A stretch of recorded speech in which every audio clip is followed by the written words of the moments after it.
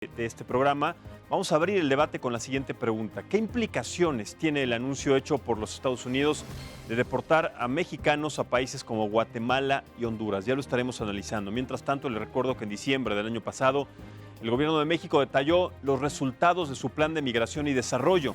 Destacó una reducción en la detención de centroamericanos en los Estados Unidos al pasar de 144,000 a 42,000 personas en solo 6 meses. En palabras del canciller mexicano Marcelo Ebrard, se trata de la reducción más importante y significativa en las últimas décadas, resultado además del cumplimiento de normas y no de un endurecimiento en la política migratoria. Vamos a escuchar parte de lo que dijo al respecto de este tema. No endurecimiento, no. Hay el cumplimiento de la norma. Endurecer sería no ofrecerles trabajo, endurecer sería estarlos persiguiendo o procesando judicialmente. Endurecer sería que tuviéramos un cuestionamiento a la Guardia Nacional por que estuviese violando derechos humanos. Eso no está ocurriendo, compañero. Y la misma tendencia se observa en la migración de Estados Unidos, de los mexicanos, hacia los Estados Unidos. En el año del 2012, unos 112,000 paisanos aproximadamente cruzaron la frontera norte. En los años siguientes se observó un alza hasta alcanzar en 2016 los 136,000 migrantes mexicanos. Pero fue a partir del 2017, en el primer año de la presidencia de Donald Trump, cuando la tendencia fue a la baja significativamente. En este año hubo 119,000 cruces para después, en 2018, bajar a 109,000. Y se estima que en 2019 podría haber cerrado todavía, se está calculando estas cifras, en 105,000. Recientemente el gobierno de los Estados Unidos propuso deportar a los mexicanos que pasen su frontera para mandarlos de regreso, pero a naciones como Honduras o Guatemala. Escuchemos. Yo lo veo como únicamente para calambrarnos, palabra de definición, asustarnos. A mí como mexicano no me puede aventar hasta allá. Que me aviente a alguna otra frontera, porque es a donde yo pertenezco, a México. Bien, para analizar este tema que siempre es polémico, pero además tiene muchas connotaciones para nuestro país y también para los acuerdos que hagamos directamente con los Estados Unidos en diferentes materias, económica, política y social. Vamos a analizar este tema con dos personajes que son sumamente importantes, que además tienen un criterio muy amplio y un conocimiento sumamente vasto a partir de lo que se desprenda de este tema. Presento primero a Eunice Rendón. Ella es especialista en temas de migración, usted la conoce muy bien y ha participado afortunadamente en varias mesas de análisis y debate político. Eunice, muchísimas gracias, bienvenida nuevamente. Muchas gracias. También está con nosotros Bernardo Méndez Lugo, él es director de Fundación América Sin Muros y también importante su punto de vista, como le digo, en estos temas. Bernardo, muchísimas gracias, bienvenido. Muchas gracias, Maximiliano, encantado de acompañarte. Al contrario, muchas gracias. Y un poco más adelante estará con nosotros vía telefónica Leticia Calderón Chelius. Ella es doctora en Ciencias Sociales de la Facultad Latinoamericana de Ciencias Sociales y también es experta en temas migratorios. Tomaremos la llamada en un momento también para incluirla en esta mesa de análisis y debate. Bien, vamos a empezar, si les parece, con esta pregunta inicial. Empiezo contigo, Eunice. ¿Cuál podría ser la consecuencia inmediata de que esta propuesta se lleve a cabo de deportar a mexicanos hacia Honduras y a Guatemala, sobre todo ahora en el cambio de administración en donde Yamatei entra, sale Jimmy Morales y tiene una tendencia política muy distinta, sobre todo porque es conservador, ¿no? Mira, creo que primero que nada es contextualizarlo en un panorama más amplio. Es parte de lo que Estados Unidos ha venido haciendo, al menos el último año, con acuerdos y convenios con Centroamérica y México. De hecho, México está haciendo una cosa muy similar con el programa de Permanece en México, MPP, Remain in México, en donde los centroamericanos que quieren o que aspiran a tener el asilo en Estados Unidos tienen que esperar. Del lado mexicano hay 6 estados en la frontera que están de alguna forma dándoles espacio, que están más bien quedándose estos migrantes centroamericanos en México en lo que sucede su proceso. Y el proceso me refiero desde darle cita en la corte, en fin, todo. Y de esos más de 66,000 personas se calcula están en esa situación. Y de los primeros 43,000 casos analizados, digamos, del primer periodo del año, solamente ha habido 11 asilos. Entonces, realmente eso es parte. Y lo que ahora quieren hacer, más que deportar, es que aquellos mexicanos que pidan, porque hay un dato importante, si bien como lo mencionabas, se redujo, gracias a México y a Centroamérica, que ha venido frenando el flujo migratorio hacia Estados Unidos, se redujo casi en un 70%, si hay mucho menos centroamericanos que están intentando ingresar a los Estados Unidos. ¿Se debe en parte por la presencia de la Guardia Nacional en la frontera sur de nuestro creo país? que son varias cosas. Sí es la presencia de la Guardia, pero repito, ha hecho esto con México, con Guatemala, con El Salvador, con todos ha encontrado un punto de negociación para evitar que haya este flujo. En este caso está utilizando uno de esos tratados, el de Guatemala, el convenio o el acuerdo que hizo con Guatemala, para querer ahora que los mexicanos, porque mientras disminuyó digamos, la llegada de centroamericanos, ha habido un pequeño aumento en los mexicanos que piden asilo en Estados Unidos. Los datos que nos daba la patrulla fronteriza al cerrar el 2019 es que había casi un 20% de aumento en las solicitudes de mexicanos que pedían asilo. Y incluso, digo, a mí me tocó estar presencialmente en la frontera y vimos algunas dinámicas de que los querían hacer esperar a los que pidieran asilo cuando o como parte de Remain in México cuando estos son mexicanos. Entonces sí había varias cosas. Entonces creo que ahora como lo quieren solucionar es que los mexicanos que quieran pedir asilo tienen que esperar. Para eso los mandan a Guatemala, que esperen en Guatemala el proceso, lo cual creo que México no lo debe aceptar de ninguna forma, ¿no? Entonces, pero ese es un poco el contexto y las implicaciones, pues sí son muchas, porque de por sí le permanece en México, creo que también es violatorio a los derechos humanos de estas personas, al debido proceso para el asilo en Estados Unidos, e incluso contraviene la Convención del Refugio, ¿no? El artículo 33 dice que tú no puedes regresar a una persona a un lugar, a su lugar de riesgo, y lo que ha sucedido con muchos de estos centroamericanos es que han terminado por regresar a sus lugares de origen porque la verdad está bastante inestable, no hay un lugar para ellos. Otros han intentado, me tocó ver varios casos de gente que intenta ingresar de manera ilegal con el pollero, porque pues, va a ser más rápido que el propio proceso. Entonces, y de ahí creo que hay mucho que platicar, ¿no? Y con mucho impacto. Para la frontera norte también. Totalmente. Sí, analicemos esto paso por paso. Bernardo, en tu experiencia también en estos temas y sobre todo como director de una fundación tan importante como Fronteras Sin Muros,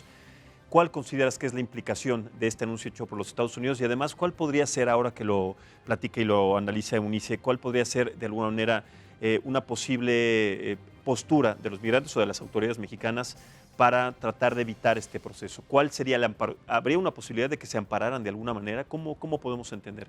Bueno, ya el gobierno de México, el propio canciller Marcelo Ebrard, señaló de que México rechaza esta pretensión de la administración Trump de mandar a los mexicanos hacia Guatemala. Lo que señalaba Eunice es que hay 65,000 o un poquito más gentes que esperan la decisión de la autoridad judicial estadounidense en relación a su solicitud de asilo. Como señaló, ha habido una autorización de 11 personas. Esto significa que de esos 65,000, una inmensa mayoría no van a tener el asilo y corren riesgo en su país de origen. Pero en el caso de los que sí logren esperar, va a depender también, en ese sentido, México aceptó esto del retorno a México, señaló el canciller en su momento, por una razón humanitaria. Sin embargo, no hay que olvidar que fue una decisión unilateral del presidente Bush y en ese sentido, las condiciones de las ciudades de la frontera donde llegan, si no hay recursos, estamos hablando de una cantidad muy significativa de personas en Tijuana, en Ciudad Juárez, en Nogales, que fue la última ciudad que se agregó. Así que hay un reto muy grande porque la espera es larga y además es una perspectiva en un 99% de negativa. Pero ¿qué pasa entonces, Bernardo, con este anuncio que hizo también el canciller mexicano en 2018, en donde se iba a hacer una inversión importante de más de 35,000 millones de dólares para fortalecer la frontera sur de nuestro país? ¿Qué pasa con eso? Si te parece, vamos a escuchar primero las declaraciones, las palabras de Marcelo Ebrard y regresamos para analizarlo. Es importante, sí, porque si tomamos en cuenta que parte indispensable y primordial de este eje económico y además para reforzar la frontera sur de nuestro país, que es por donde pasan la mayor cantidad de migrantes de Centroamérica, también hay que considerar que la inversión se tendría que hacer de manera también sustantiva y además inmediata. Vamos a escuchar entonces estas palabras y regresamos para analizarlas. México y los Estados Unidos hoy se comprometen a fortalecer y ampliar nuestra cooperación bilateral para fomentar el desarrollo económico y aumentar la inversión en el sur de México y en Centroamérica, para crear una zona de prosperidad. Ambos países reconocen los fuertes vínculos entre el crecimiento económico en el sur de México y el éxito de la promoción de la prosperidad, del buen gobierno y la seguridad de Centroamérica. Y entonces, Bernardo, con base en estas declaraciones, cuando estamos platicando sobre la inversión, ¿qué puede producir o qué puede reflejar entonces este proyecto? Te comento, Maximiliano, que tenemos desde antes de que tomara posesión el presidente, ya en la toma de posesión hubo un acuerdo de este plan de cooperación y desarrollo. Sin embargo, Estados Unidos lanzó su propio plan, que se llama Centroamérica Crece. En ese sentido, y lo señaló recientemente en la reunión de cónsules y embajadores la maestra Alicia Bárcena, secretaria general de la Comisión Económica para América Latina de la ONU, México va a seguir con el plan y también va a tratar de buscar algunas sinergias con el plan de Estados Unidos, pero el hecho de que Estados Unidos haya lanzado su propio plan implica que pues quieren ellos estar manejando, el presidente Trump, los hilos. Nosotros como América Sin Muros hemos propuesto de que se reconsidere ahora con la entrada del presidente Yamatei en Guatemala y el presidente Bukele, que también firmó, en el caso de Orlando Hernández de Honduras, también se firmó.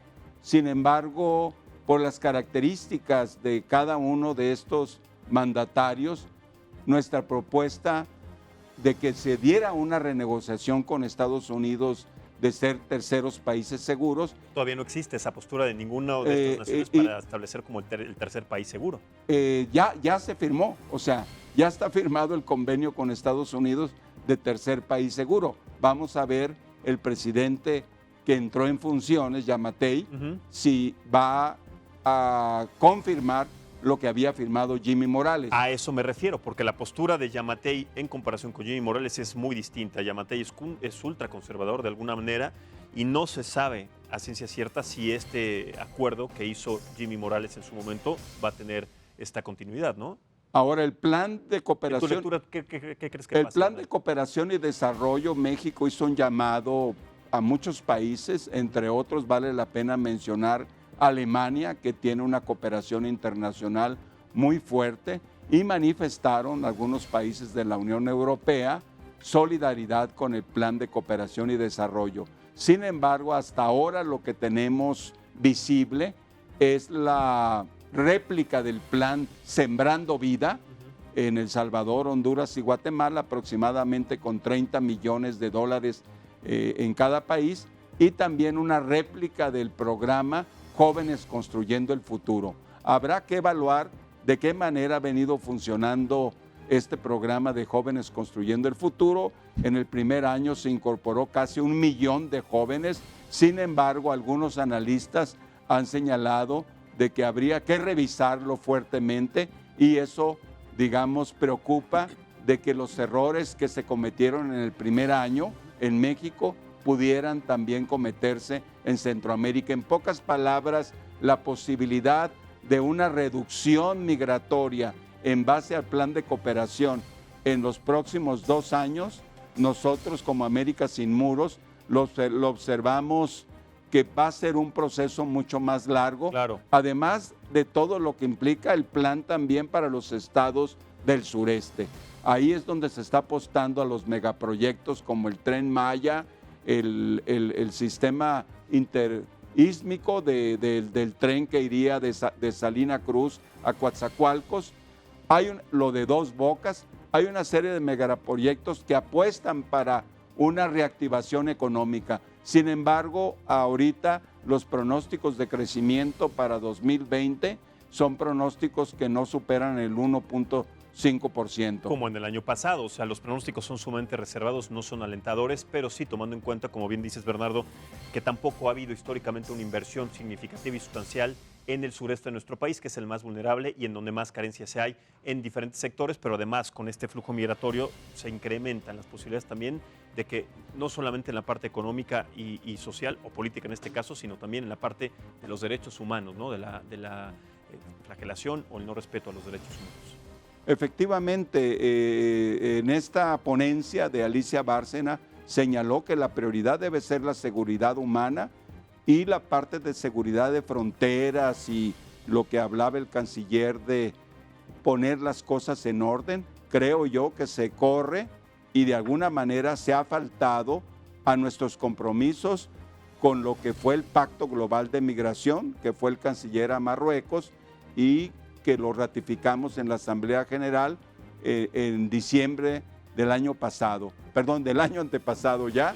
Así que yo creo que el énfasis que hemos puesto por la presión de Trump es un énfasis que se ha corrido y de alguna manera se han violentado derechos humanos de transmigrantes de Centroamérica y de otros países. No sé qué piense la doctora Eunice Rendón, pero me parece que hay una situación incompatible con aceptar esa presión del gobierno de Estados Unidos en la parte migratoria. Definitivamente, Eunice, ¿qué opinas? Yo creo que pues Bernardo ya hizo un análisis ahí interesante pues de lo que está sucediendo con América Latina, de la inversión que México ha hecho en los programas tanto de Jóvenes Construyendo el Futuro como Sembrando Vida. Yo iría un poquito más allá o a lo mejor completar algunas de las cosas que faltaron decir. Me parece que además del tema de desarrollo, hay un tema que se ha hablado menos en la agenda y que al menos es el motivo de muchas de las personas que han salido de Centroamérica e incluso de México, que es el motivo de seguridad. Entonces, hoy es el riesgo a perder la vida, lo que hace que muchos migrantes decidan moverse del lugar de origen, muchos de los que vimos en las caravanas, que creo que eso también fue un fenómeno que hizo pues tanto que Trump volteara y amenazara a México, pero también vino a poner sobre la mesa retos nuevos al haber una caravana tras otra. Por eso es que México se mete también de lleno tras la amenaza, por supuesto, de los aranceles, pero sí fue una manera distinta de migrar que generó otros escenarios. Pero sí es muy importante que a la par de los planes de desarrollo haya planes también con las estrategias de seguridad, porque es la inseguridad y, repito, el riesgo a perder la vida lo que hace que muchos migrantes y muchos niños, que eso es algo que no hemos hablado, 30% de los migrantes son niños. Son niños, pero además hubo una crisis muy importante con estas caravanas. Digo, en los números de patrulla fronteriza de cierre del año pasado veíamos más de 76,000 menores no acompañados que llegaron a la frontera, cuando el pico más alto lo habíamos tenido en 2014 con 68,000 de estos pequeños. Entonces realmente y de estamos los cuales viendo una cantidad importante terminaba en la frontera norte de nuestro país, en estos lugares, en estas jaulas terribles, en donde inclusive muchos perdían la vida o terminaban en condiciones de salud pues terribles, ¿no? Pero creo que son dos cosas, o sea, son muchas cosas, pero es por un lado las condiciones en las que están los albergues, que bueno, ahí tanto en Estados Unidos las asociaciones grandes como AILA, AYACLU, que son de defensa de derechos civiles, han subrayado ya varias veces y han documentado muchos de los casos de cómo los han maltratado, cómo los han violado, cómo incluso en algunas ocasiones dieron adopción a estos niños a gente que no tenían que darla. Entonces, realmente hay todo un tema detrás. Y del lado de México también hay un problema porque hay un reclutamiento importante del crimen organizado de estos niños. Claro. Incluso hay algunos de estos pequeños con los que me ha tocado trabajar que se les conoce como niños de circuito, porque van y vienen y los utiliza el crimen para traficar personas y sustancias. Una especie de mulas o... Mira, tienen muchos, hay el burrero, hay el pollero, hay el halconcito. El halcón. O sea, hay varios papeles que juegan pequeños niños, pero aquí el problema es que Estados Unidos no los puede tener por su edad, entonces regresan. Entonces hay niños que se han aventado 300 vueltas, ¿no? Por cada vuelta les pagan $300. Son nómadas permanentes, no tienen un lugar de residencia, van y vienen, pero el peligro aquí es que los estás exponiendo a todos los factores de riesgo para que realmente ese niño pues, se convierta en un gran delincuente. Entonces ese es el problema, estamos vulnerando al más vulnerable, claro. Porque al final pues muchos de estos niños sabemos que vienen no acompañados.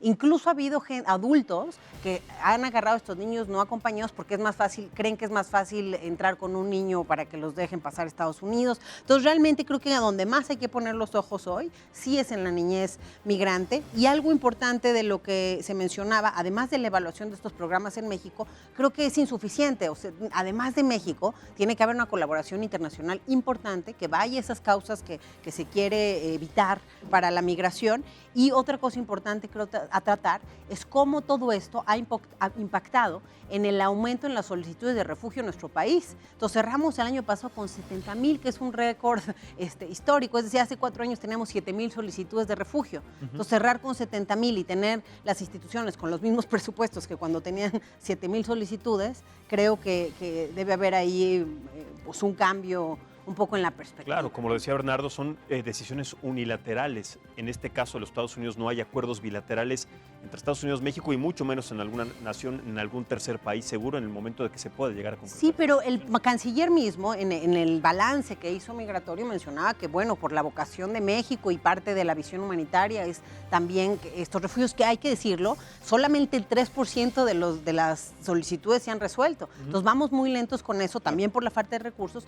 Y otra cosa, creo que también hay que hacer, y hay que entender el tema migratorio, tanto para los migrantes centroamericanos que antes pasaban y ahora se quedan, para los deportados mexicanos que se fueron y ahora no los regresan, y para los que no se han ido y les ha faltado acceso a todo. Creo que hay que generar ciertas políticas, pero siempre hay una palabra que a mí me gusta mucho en estos temas y que creo que es fundamental, que es la empatía. Porque yo escuchaba al canciller también decir, oye, les hemos ofrecido empleo y pues no los han tomado. Entonces creo que ahí hay que ir un poquito más allá. O sea, no es nada más ahí está la maquila y hay muchos empleos y si quieres vete. O sea, hay que entender que esas personas vienen con un sufrimiento detrás, muchos dejaron pues, su vida en otro lado. O sea, sí es un contexto un poquito más complejo en el que creo que la política pública debe ir un poquito más allá de la oferta y la demanda, que es lo que pasa con Jóvenes Construyendo el Futuro, ¿no? Claro. Es más allá de uno y otro. Hay que, y más con, bueno, digo nada más por mencionarlo, pero más con jóvenes que no han estudiado en el trabajo y que vienen de un contexto de riesgo, pues con esos hay que haber tiene que tener un acompañamiento, mentor, en fin,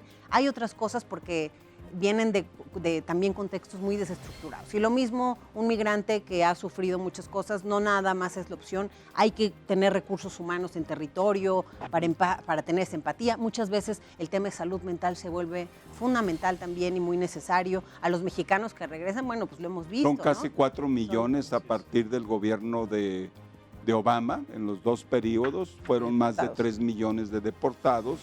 Y pues todas estas familias, que por cierto un componente también son niños, en algún momento los que nacieron en Estados Unidos ya cumpliendo 18, es posible que regresen, pero no es tan sencillo una reinserción ni acá ni allá. Totalmente, totalmente. Es un tema complicado, pero es un tema que sí encuentra en estas vertientes que existen diferentes soluciones, pero que no se han tocado con cierta precisión. Me gustaría sumar a la mesa, que está vía telefónica con nosotros, Leticia Calderón. Ella es doctora en Ciencias Sociales y también es importante su punto de vista. Leticia, muchísimas gracias. Buenas noches. Buenas noches.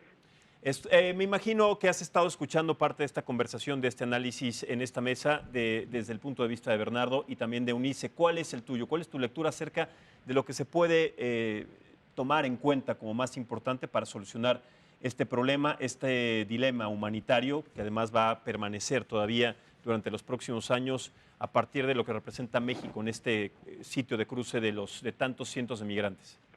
Bueno, miles pues de mira, migrantes. de entrada saludo ahí a quienes estén por aquel lado, que alcancé a ubicar al doctor Bernardo, me parece. Y Eunice Rendón está también, la doctora Eunice. Yo creo que lo que valdría la pena es cambiar la perspectiva, porque justamente ahora que tú mencionabas problemas, yo creo que hay que dar un paso adelante y dejar de ver un tema de humano, una condición humana como un problema, sino más bien una experiencia que ocurre en estas sociedades y que también al mismo tiempo va a ocurrir, por las mismas facilidades que se dan para ciertos procesos que tienen que ver con mudar de residencia, sea al interior de los territorios nacionales o a otros territorios. Entonces, más que un problema, es un dilema, o sea, es algo que todavía no se ha encontrado determinado como un factor concreto para encontrar soluciones. Es un sinónimo, no tanto como un problema, pero sí es un dilema, porque no es encontrado, ¿no? Y yo también haría una observación que yo creo que ya es tiempo de que empecemos a hablar a ponerle apellido a las cosas, porque cuando hablamos de migración estamos ahí diciendo un proceso muy amplio que involucra muchas experiencias, algunas de las cuales son muy gozosas. Digo, es probable que algunos de tus invitados incluso hayan vivido en el extranjero y por lo tanto fueron migrantes y hoy estén aquí, no sé, tú mismo. A lo que voy es que es una experiencia que no es la misma y que pasa por muchas digamos, partes que pueden ser positivas y también pueden ser pues muy dolorosas. Y en ese sentido, efectivamente, hay impactos diferenciados. Entonces, creo que hay que empezar a hablar de migración forzada con la claridad que eso tiene y que implica un proceso que no es deseado, porque tampoco es de voluntario o involuntario, sino no deseado, que la persona se ve obligada materialmente a tomar esa decisión y claro, puede haber niveles de obligatoriedad, pero eso cambia mucho la experiencia, porque entonces sí puedes señalar las problemáticas que una experiencia que no es deseada, que está haciendo de manera, digamos, más allá de la voluntad de las personas, lo que las está llevando a moverse, a mudarse de domicilio. Y ahí te digo otra cosa, los impactos que eso tiene, y se trabaja mucho en términos del proceso también del impacto emocional. Nosotros manejamos un concepto que se llama síndrome de Ulises, y que tiene también que ver parte de lo que tú mencionabas, Eunice, sí. con el impacto emocional que los procesos migratorios tienen y que hay que diferenciar también entre lo que sería un estrés crónico por esta involuntariedad, por esta migración forzada, que los procesos lógicos de una movilidad donde pues hay nostalgia, hay ausencia, hay distancia, hay extrañamiento de las cosas y que son procesos pues cualquiera con mayor o menor magnitud, pero los puede sufrir incluso en una migración muy deseada, Y entonces ahí lo interesante es que teniendo esta perspectiva y viéndolo desde un foco más amplio, bueno, pues podemos intervenir y de hecho eso es parte de lo que se hace en términos de poder apoyar estos procesos donde si no hay un estrés o una condición crónica, bueno, no es lo mismo y por supuesto no te van a dar el mismo tratamiento que si hay una pues nostalgia o una lejanía, una tristeza que hay que acompañar, pero no es lo mismo. Entonces, me parece que una contribución que valdría la pena mucho poner en el énfasis es en esto que me decías de, bueno, si el problema, y dado que no es un problema, entonces sí poder ver las diferencias donde sí se generan problemas, ¿no? ¿Por qué? Porque cuando tienes una migración forzada, pues obviamente ahí no solamente es el impacto en la persona, sino también muy probablemente en términos de criminalidad o de algunas cosas que se encasillan por ahí cuando no necesariamente está ocurriendo en todos los casos de esa manera.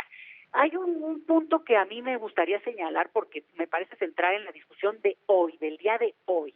Sabemos muy bien que hoy hubo un cambio y una toma de poder en Guatemala, ¿Sí? que el nuevo presidente está en una discusión sobre si va o cómo le va a hacer para tratar de torear ahora el tema de el tercer país seguro que le dejó el anterior presidente, ya salió, y que en ese sentido cambió las reglas de lo que hubiera sido pues lo que esperábamos nosotros en la relación con Centroamérica. Y entonces aquí viene un Y además tema, en donde él no está completamente convencido de este acuerdo que generó Jimmy Morales en su momento cuando era presidente, ¿no? así es, pero obviamente, mira, estamos en un dilema fuerte porque no es que se va a poder zafar tan fácil, pero que en ese sentido agregó un punto y es cómo para nosotros, que no sería tema, Guatemala se vuelve un escenario al cual ahora hay que discutir cómo se va ahí sí que resolver un problema, Claro. el tema de la amenaza de la deportación de mexicanos solicitantes de asilo. Y ahí es donde quiero contribuir con otro punto. Mira, las categorías jurídicas sí pesan, porque obviamente a la final de cuentas es el tipo de experiencia que las personas van trazando y a partir de las cuales pueden o no quedarse en un lugar por más o menos tiempo o en ciertas condiciones. Y en este caso hay 20,000 mexicanos que son solicitantes de asilo político en Estados Unidos, no solamente migrantes, por decirte algo, que buscan empleo o que están buscando un tipo de visa para poder trasladarse a Estados Unidos en este caso, sino solicitantes de esta categoría.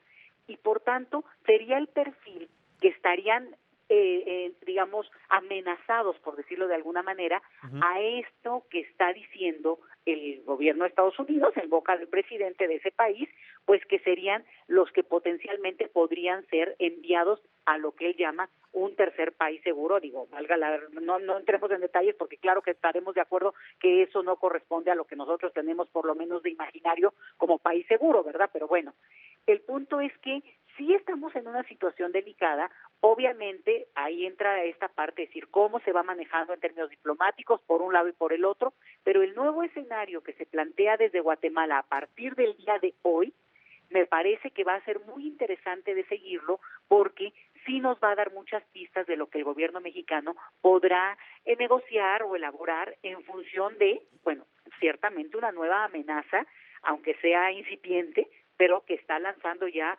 el presidente Donald Trump, y ahí agrego por eso esto. No estamos hablando de una migración la generalizada, los 10 millones de mexicanos, los 5 de esos, la mitad que son documentados, ¿no? Incluso los deportados mexicanos, no. Estamos hablando de aquellos que se han inscrito para solicitar asilo en ese país. Claro. Y eso es un sector. O sea que ese sí que es un problema visto como tal, ¿no? Totalmente. Doctora Calderón, muchísimas gracias. Es un gran análisis. Tenemos que hacer una pausa. Le agradezco mucho que haya tomado la llamada. Vamos a analizar justamente este punto de vista y también esta situación actual con Eunice, con el doctor Bernardo, para también tratar de encaminar los conceptos que tienen que ver con lo que existe ya, sobre todo de manera social, con este grupo importante, que son 20,000 aproximadamente de mexicanos que están pidiendo este asilo. Son 20,000 aproximadamente, ¿no? Mira, les sugiero, y me les mando un saludo a mis colegas que no estoy ahí con ellos, que vean El Guardián de la Memoria, película de Marcela Arteaga, que está en cartelera incluso, que habla de esta experiencia, porque si no alcanzamos a ver las diferencias de lo que a lo mejor es jurídico, pero al final tiene estos impactos de los que hablaba. Y muchísimas gracias por la invitación. Sí, me comenta Bernardo que ya vio esa película, en algún momento tocaremos ese tema y es una gran recomendación porque es pues un panorama, nos abre el espectro de lo que tiene que ver, bueno, de lo que existe realmente, de cuál es la actualidad real en este fenómeno migratorio que existe y que ha existido prácticamente desde la concepción de las fronteras y desde la creación de posturas políticas en la historia de nuestro planeta, así que será también una gran recomendación y un punto también importante para tomar en cuenta. Doctora Calderón, muchísimas gracias por tomar la llamada y esperemos que en alguna ocasión pueda formar parte de esta mesa. Un abrazo. Con mucho gusto, hasta luego, buenas noches. Buenas noches. Bien, si les parece, Eunice, Bernardo, vamos a hacer una pausa, es muy breve, regresamos para seguir platicando acerca de este tema en esta mesa de análisis del Heraldo Televisión en un momento.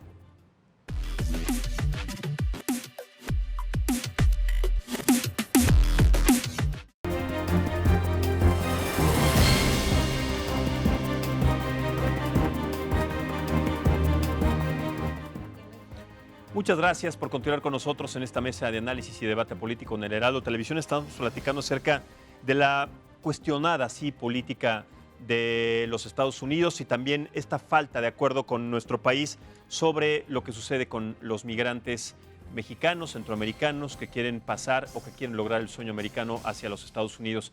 Antes de seguir con esta charla y también tocando el tema, regresando con el tema de la postura del gobierno de los Estados Unidos, concretamente del presidente Donald Trump, será bueno también analizar que a partir de este proceso en el que se está todavía contemplando esta posible reelección del presidente, más allá del impeachment, de todo lo que representa, también está enfocada esa atención en esa parte y están dejando un poco de lado el tema de la migración, que en el momento que suceda, que a título personal creo que los Estados Unidos van a desafortunadamente a reelegir a Donald Trump nuevamente para un periodo de 4 años más, tendremos que tomar en cuenta entonces cuál será la estrategia de la Cancillería mexicana. Ojalá que le gane Bernie. Pues ojalá para beneficio de todos nosotros. Se ve difícil, pero bueno, vamos a escuchar entonces, si les parece, las palabras del presidente de los Estados Unidos acerca de este proyecto de redadas masivas que anunció una serie de redadas masivas para expulsar migrantes indocumentados y que además lo celebra de una manera especial. Vamos a escuchar a Trump al respecto de los resultados que han dado estas redadas y también del proyecto que viene en un futuro.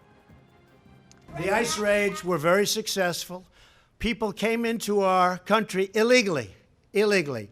Many were felons. Many were convicted of crimes. Many were taken out on Sunday. You just didn't know about it. In fact, I spoke to the head of ICE. I spoke to a couple of people. We had many people. It was a very successful day. Pues ahí están, declaraciones contundentes, pero además no solamente son declaraciones, son hechos contundentes que llevan también estas redadas a hechos significativos para deportar, arrestarlos y deportar a tantos migrantes, ¿no? Y yo sí señalaría la deportación también como un problema, o sea, al final... A diferencia de lo que decía la doctora Calderón, Leticia, ¿no? o sea, yo sí creo que hay un problema detrás. Por supuesto que la migración puede abonar de una forma positiva, incluso lo decíamos ahorita en el corte, las remesas de los que están allá, o sea, la migración tiene muchos lados positivos y de hecho, pues siempre enriquece esta combinación, esta fertilización cruzada que se puede hacer de alguna forma con la migración, pero sí estamos viendo problemas. Trump ha decidido desde que llegó varias cosas que sí han puesto en problemas a nuestra comunidad, es decir, ha separado familias y no solo las que vimos en la frontera, que fue un caso pues muy escuchado y muy visible por las fotos que se compartieron. Hay más de 60,000 menores que han quedado sin al menos uno de sus padres en Estados Unidos porque han deportado a ese padre hacia México. Entonces sí estamos viendo que sí hay un problema detrás. Cerramos los 2 años de Trump con alrededor de 200,000, poco más de 200,000 deportados. Entonces seguimos en la tendencia que hablaba ya Bernardo, o sea, de los 3 millones de Obama, pero pues no... Ha sido un poco menor la deportación con Trump, pero vamos por el camino. Pero y gente con características distintas. Sí. Gente con más arraigo y más vida en Estados Unidos. Y eso significa un problema. No es un regreso normal de nada más extraño mi casa. O sea, sí hay detrás varias cosas. Hay gente, digo, y lo hemos visto, que pues dejó a sus hijos del otro lado. Mucha gente cuando llega lo primero que te dice es, yo me quiero regresar a Estados Unidos, ¿no? Yo la verdad lo que tengo mi familia allá, o sea, y muchos lo reintentan. Trump ha aumentado los castigos también para ellos, en fin, entonces creo que sí es más amplio. Y en el tema del asilo solo sumaría una cosa. Leticia hablaba de asilos políticos. El asilo tiene por varios motivos y uno de los que más se ha trabajado con los abogados que tenemos nosotros también como aliados con Agenda Migrante, así, y sobre todo con las caravanas trabajamos también algunos con los mexicanos, pues ha sido por motivos otra vez de violencia, inseguridad y riesgo a perder la vida, y así es como se han defendido esos casos y logrado varios de ellos. Totalmente. Y hablando de estos aliados, esas estrategias que nosotros tenemos que considerar, y sobre todo la Cancillería y el gobierno mexicano, hay un tema también muy importante en este documento que nos hiciste llegar, Bernardo, que trata acerca de esta posición de México, si no es el país, es uno de los países que más desaprovechan esta relación con los connacionales en el extranjero, cuando precisamente deberíamos de considerarlos y tratarlos como aliados, como estructuras indispensables para estos acuerdos bilaterales, sobre todo en los temas económicos, en los temas del flujo de remesas y en los temas también de desarrollo económico del Producto Interno Bruto de un país como el de Estados Unidos, que no se podría considerar con cierto crecimiento si no fuera, y lo decimos así porque es muy claro, con la ayuda de los migrantes y con el trabajo de tantos millones de migrantes, ¿no? En este momento, lo que fue un programa importante conocido como 3x1, donde el gobierno federal, el gobierno estatal y municipal, más los migrantes, hacían proyectos de diversa índole. Esto quedó totalmente eliminado. De hecho, a partir de este año quedó totalmente eliminado este programa. Algunos estados de la República, estuve ayer en Guanajuato, la Secretaría del Migrante de Guanajuato está generando su propio programa. Hay un líder comunitario que fue nombrado por el gobernador, pero que había vivido 35, 40 años, Ángel Calderón, que ya había estado en proyectos productivos, es de los que está generando esa alternativa de que parte de ese dinero y entra aquí en esta propuesta nuestra con el Instituto para el Desarrollo que tiene Mario López Espinosa, un economista, es funcionario de NAFIN, la participación de connacionales en el exterior en el desarrollo equitativo de México. Claro. Es un proyecto que en conjunto queremos proponer a varias de estas secretarías de migrantes, como la de Michoacán, o sea, que corresponden con los estados que tienen más migración. En el caso de Michoacán, hay un equivalente de michoacanos en Estados Unidos con michoacanos en el estado. Lo mismo Guanajuato, Jalisco, Zacatecas.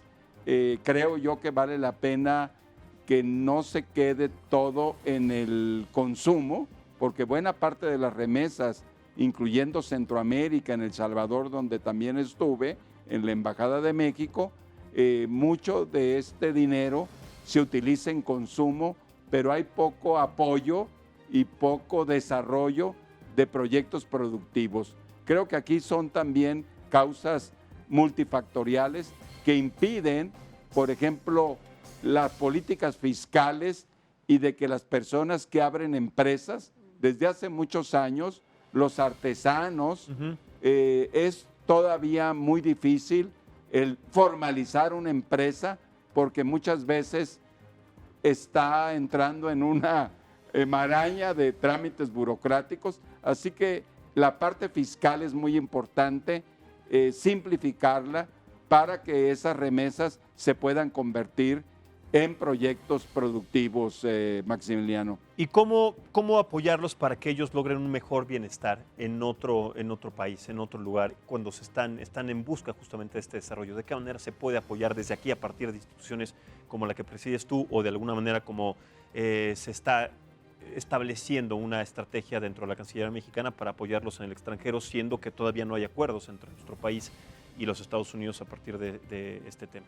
Bueno, aquí hay que considerar la población que ya señalaba Eunice, la que tiene residencia permanente, que los que se han naturalizado, que en general pues estarían en condiciones relativamente mejores que los casi 6 millones de mexicanos que están en situación migratoria irregular. Entonces yo creo que en ambos casos, en el caso de mi experiencia, se hicieron muchos talleres para generar información de bancos, de temas fiscales, de visas inclusive, de capacitación.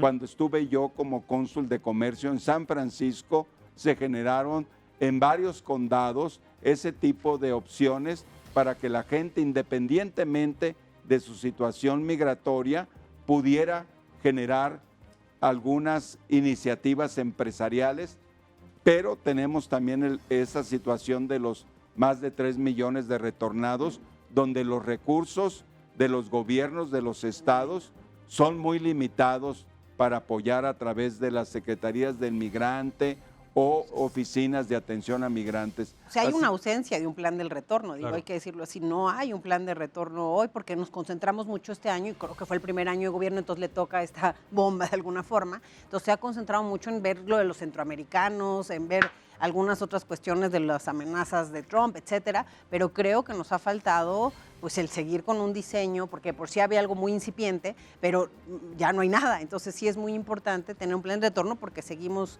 con ellos, ¿no? Y yo nos agregaría en los Estados Unidos, me parece que ¿qué se puede hacer allá? Tenemos 50 consulados. Entonces creo que en ningún país tiene tantos consulados en otro y eso tiene también que sumar esta estrategia de empoderamiento, vinculación e inserción de esta comunidad en Estados Unidos y para que allá estén bien y más empoderados también, creo que políticamente, que eso ha faltado a la comunidad mexicana. Somos 38 millones de mexicanos de primera, segunda y tercera generación y pues no tenemos el poder político que deberíamos. Y así como hablaba Bernardo de estos talleres que se han hecho en la parte económica, también en la parte para obtener la ciudadanía, porque también hay más de 2 millones de mexicanos que pudieran tenerla y por alguna razón no lo han hecho, ¿no? Claro. Entonces eso también creo que es muy, muy importante. Y en el tema de las remesas, nada más platicarles un poco, yo hice un piloto cuando fui director del Instituto de los Mexicanos en el Exterior para utilizar las remesas de manera productiva y con NAFIN lo hicimos. Estamos hablando de más de 35 mil millones de dólares al año. Claro, hicimos un piloto en Michoacán y en Guerrero, no en todo el país, con algunos proyectos, en donde lo que hacíamos es con algunas familias, pero es muy importante el acompañamiento que hace esas familias,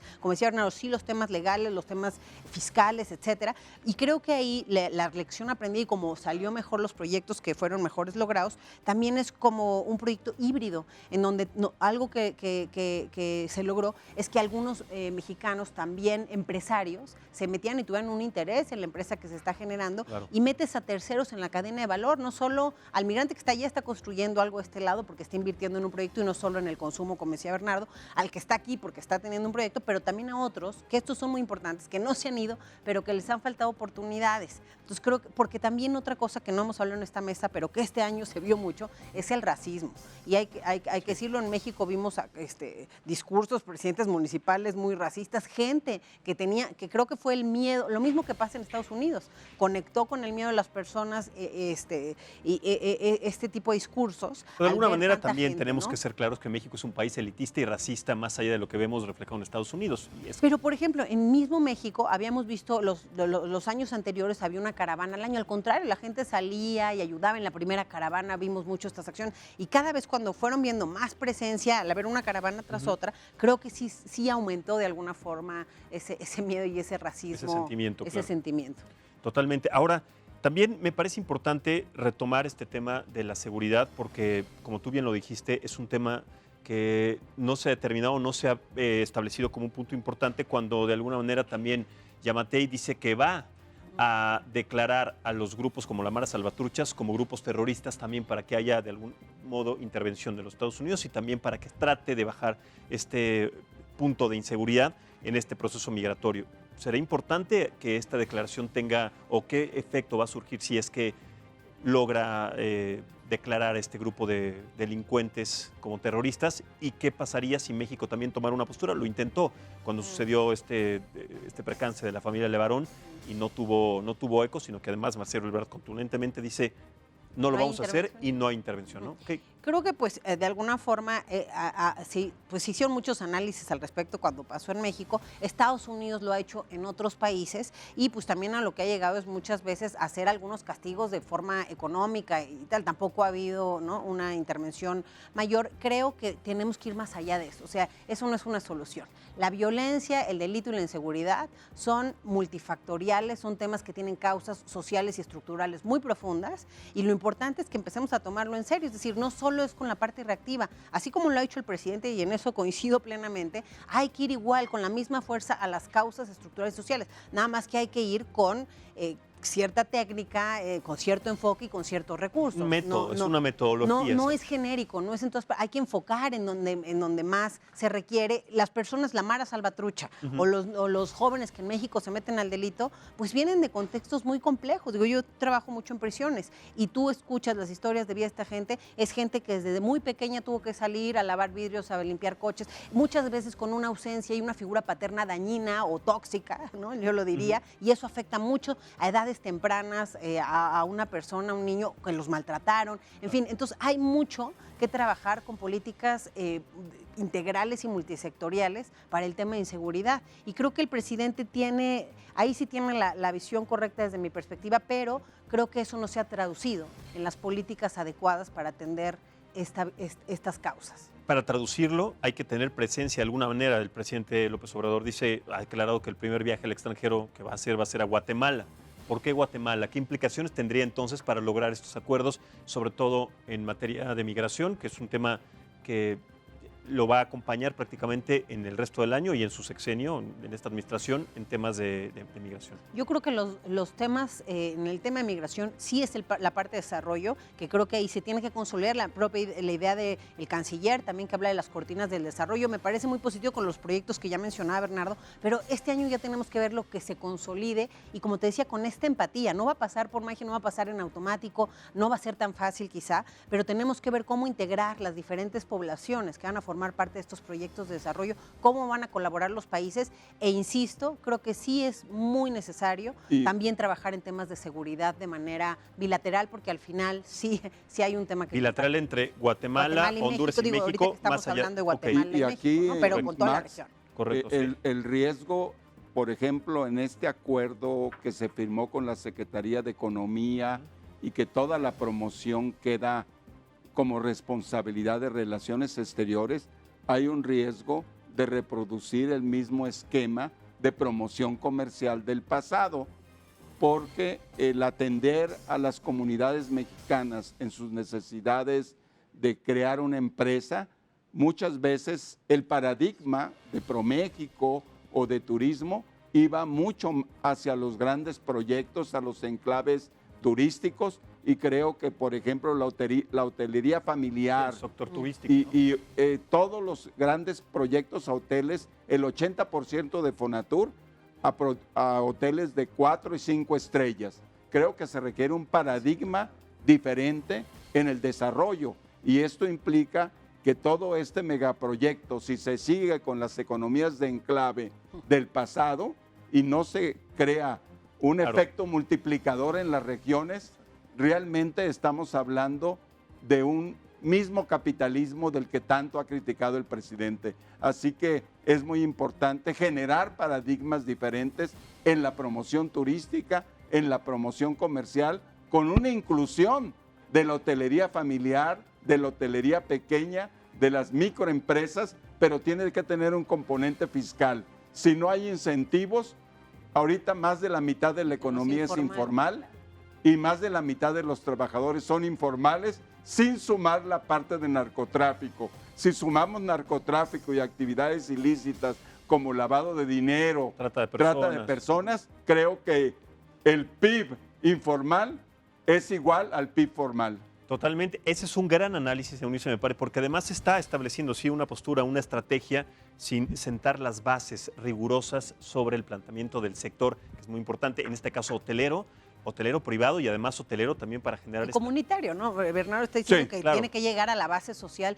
y creo que eso va mucho con la 4T. O sea, es decir, yo creo que muchas cosas en el discurso es lo correcto y creo que eso es la razón una por la cosa que es el ganó discurso el presidente. Y otra cosa son los hechos. Porque justamente sucedieron estas economías de enclave, porque nadie volteó a ver a las comunidades, porque sí ha habido, creo, un rezago y una ausencia de esas políticas sociales para el que más los requiere, pero todo esto, al igual que las causas, como lo hablamos en la seguridad, sí requiere cierta técnica y sí requiere también pues, cierto enfoque, recursos, etcétera, y acompañamiento en algunos casos para lograrse. Entonces creo que va a ser, y creo que aquí, entrando un poco en la parte regional, sí va a ser muy importante que México retome también el liderazgo que de alguna forma se ha perdido con Centroamérica y trabajar estos proyectos de seguridad, de desarrollo económico e incluso algunas cosas que en conjunto deberíamos negociar con Estados Unidos, porque al final pues todos estos niños de los que hablamos pues son menores de Guatemala, de El Salvador, de Honduras, de México, entonces en conjunto también pues negociar algunas situaciones para ellos. El Salvador, por ejemplo, en estos tratos que se hicieron binacionales,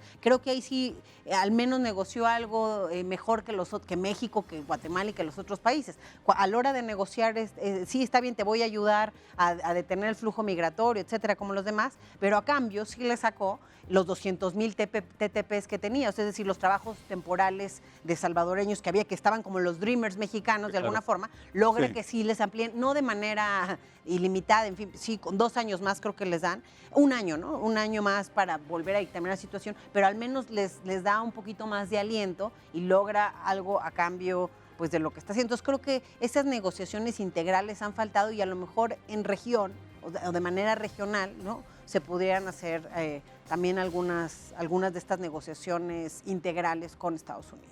Totalmente, rápidamente. Y retomando lo que dice Eunice, creo que vale la pena analizar por qué El Salvador y hay que ver el perfil del presidente, pero también el del vicepresidente, que es mucho más grande. El presidente es de 39 años y el vicepresidente de 69. Así que es una persona, Félix Ulloa, que es el vicepresidente, muy experimentado, estuvo recientemente aquí en la CELAC y ha estado muy activo en el Parlamento Centroamericano. América Sin Muros también ha estado buscando alianzas con organizaciones que van en la misma línea, Max. Así que creo que es muy importante que no se reproduzcan modelos. Los complejos hoteleros también fueron contaminantes. Claro. O sea, todos estos de Huatulco, las bahías, el caso de lo que ha pasado en Cozumel, en Cancún, creo que es un modelo que también desde el punto de vista de cambio climático, creo que deja mucho que desear y creo que estará de acuerdo Eunice que un factor también cada vez más creciente en las migraciones forzadas es el tema de condiciones ambientales adversas, sequías, ciclones, terremotos, están influyendo mucho en el desplazamiento forzado. Totalmente, Bernardo. Se nos terminó el tiempo de este programa, pero eso es un tema también que tendremos que incluir en la próxima mesa, porque también los temas de medio ambiente y lo que produce también a partir justamente de la generación de estos empleos o de la hotelería, de este rubro gigantesco que existe en nuestro país y que no ha sido aprovechado de manera contundente o de manera inteligente, es también importante analizarlo. Así que muchísimas gracias, Bernardo Méndez Lugo, director de la Fundación América Sin Fronteras. América Sin Muros. América Sin Muros. Para que nos sigan en Twitter y en todas las redes, América sin muros. Perfecto, así es como se encuentran en las redes sociales. Perfecto, Bernardo, muchísimas gracias. Doctora Eunice Rendón, especialista en temas de migración y de seguridad, siempre agradecemos tu presencia aquí en las diferentes mesas del Heraldo Televisión. Bienvenida siempre y muchas Y gracias. que nos sigan ahí también en Agenda Migrante, ahí salen varios de estos casos, y obviamente el mío que es @EuniceRendón. Y pues sí, creo que va a ser muy importante este año ver cómo se toma el tema de migración y a ver cómo nos va con los presupuestos para ver Y si se hemos logra un estado objetivo. Hemos trabajado muy mucho cercanos juntos. con Agenda Migrante Definitivamente. y con las organizaciones como Hay la varias, Casa ¿no? de la Universidad de California, Sin Ya lo estaremos Fronteras. tocando entonces. Muchísimas gracias. Soy Maximiliano Espejel. Muchas gracias también a ustedes por vernos y escucharnos. Lo dejo con la señal del programa que sigue. Les recuerdo siempre que lo que no es perfecto es hermoso y lo espero mañana también a las 9 aquí en El Heraldo.